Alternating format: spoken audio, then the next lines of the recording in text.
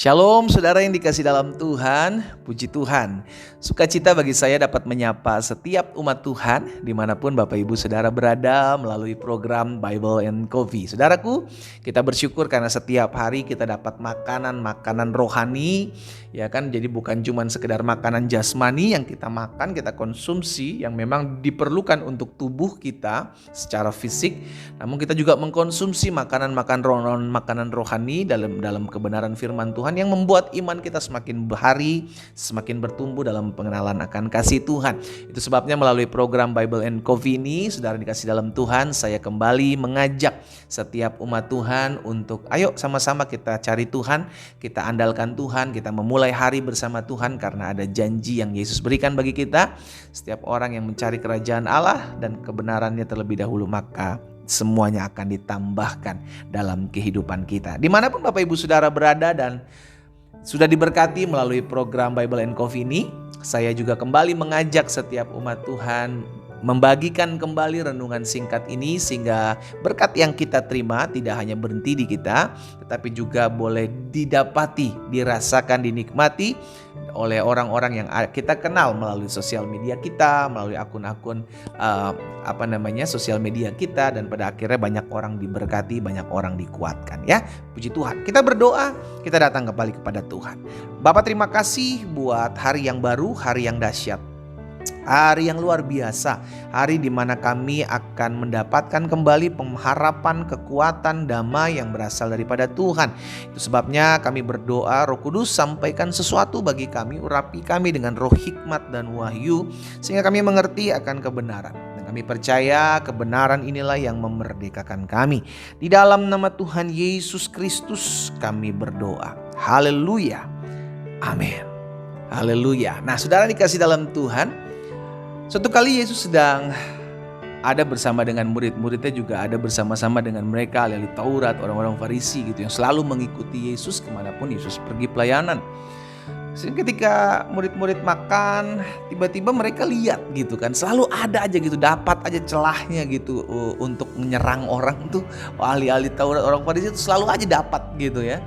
Sampai akhirnya orang-orang Taurat ini, orang Farisi ini bilang sama Yesus, murid-muridmu itu makan gak cuci tangan, gak sesuai dengan kebiasaan atau adat istiadat orang Yahudi. Hukum mereka harus cuci tangan dulu sebelum makan, sudah dikasih dalam Tuhan.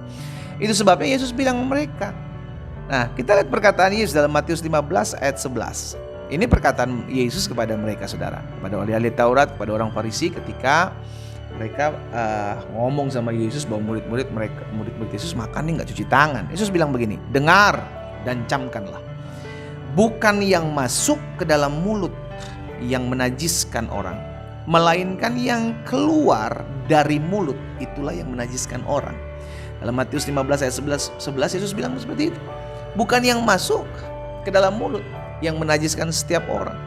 Karena itu sebab itu ahli Taurat, orang Farisi, kalau mereka mau makan itu mereka mesti cuci tangan karena mereka nggak takut gitu untuk menajiskan gitu kan, menajiskan dengan apa yang masuk ke dalam mulut mereka, yang masuk dalam tubuh mereka. Tapi Yesus bilang bukan yang masuk ke dalam mulut yang menajiskan seseorang, tapi apa yang keluar dari mulut. Nah, jadi pertanyaan, apa pendeta yang keluar dari mulut?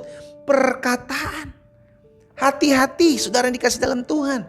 Perkataan kita, ucapan kita ternyata bisa menajiskan diri kita di hadapan Tuhan. Perkataan yang menjatuhkan iman orang, perkataan yang melemahkan pengharapan orang, perkataan-perkataan jahat, perkataan-perkataan fitnah, perkataan-perkataan mengandung dosa, perkataan-perkataan yang cabul, itu membuat orang jadi najis. Makanya di ayat 18 dari Matius pasal 15 Yesus juga bilang begini, tetapi apa yang keluar dari mulut berasal dari hati, dan itulah yang menajiskan orang. Perkataan kita bisa menajiskan diri kita. Makanya hati-hati sekali dengan berkata-kata. Ayat 19, perhatikan. Karena dari hati timbul segala pikiran jahat, pembunuhan, perzinahan, percabulan, pencurian, sumpah palsu dan hujat, semua dari hati. Nah, dari hati itu kalau keluar dari perkataan itu bahaya, saudara. Mungkin orang nggak punya pikiran, maksudnya gini, orang berpikiran jahat, dampaknya perkataannya juga jadi jahat. Mungkin ada pembunuhan tapi nggak membunuh secara fisik. Engkau membunuh karakter orang dengan ngomongin kelemahan orang, dengan membuat orang jadi merasa tidak dihargai. Engkau sedang membunuh karakter orang. Perzinahan, perkataan-perkataan cabul, perkataan-perkataan najis yang membuat orang jadi dinajiskan dirinya. Percabulan, pencurian. Mungkin engkau tidak mencuri secara fisik, tapi engkau mencuri damai sejahtera orang, mencuri sukacita orang dengan perkataan-perkataanmu. Saudara dikasih dalam Tuhan. Bahkan sumpah palsu dan hujat, jelas. Itu perkataan-perkataan yang tidak membangun, perkataan-perkataan munafik, perkataan-perkataan yang membuat seseorang menajiskan dirinya. Hari ini, yuk.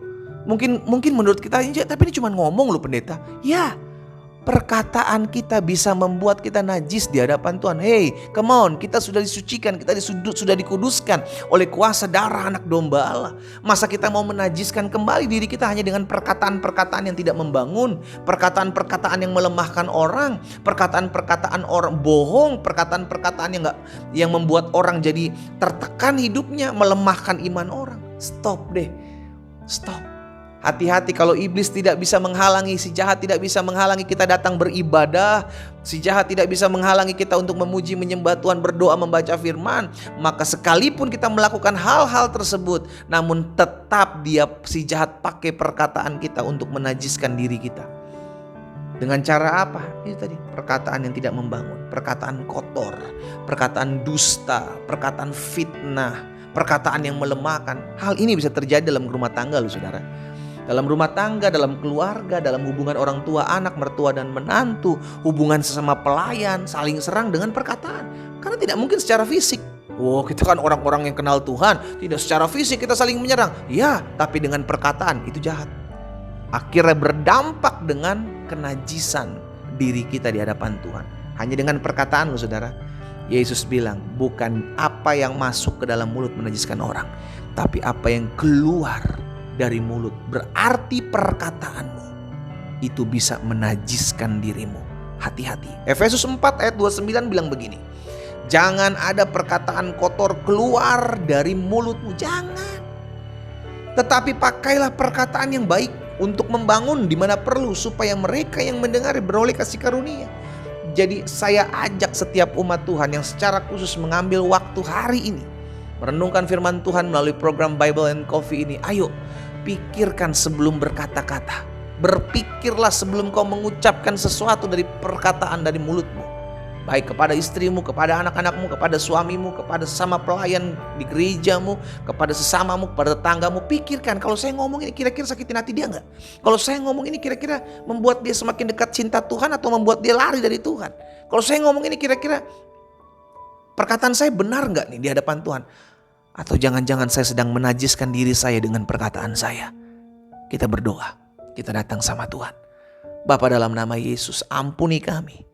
Kalau secara tanpa sadar kami seringkali melakukan kenajisan yang kami buat melalui perkataan kami, dan tanpa kami sadari kami sedang menajiskan diri kami sendiri dengan apa yang keluar dari mulut kami. Bapa, hamba berdoa dalam nama Yesus.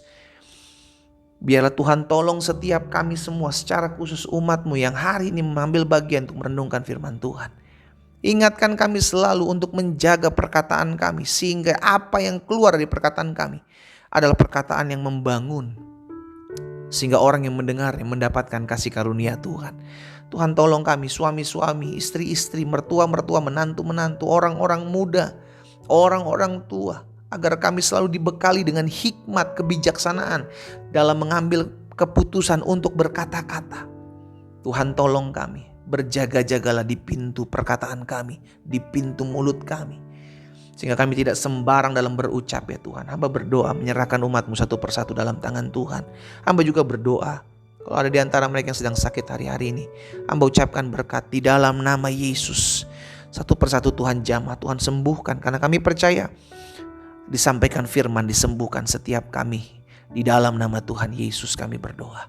Haleluya. Amin. Nikmati kopi kita saudara. Haleluya. Jangan sampai karena perkataan kita menajiskan diri kita di hadapan Tuhan. Karena itu belajarlah untuk berpikir sebelum berkata-kata. Tuhan Yesus memberkati kita.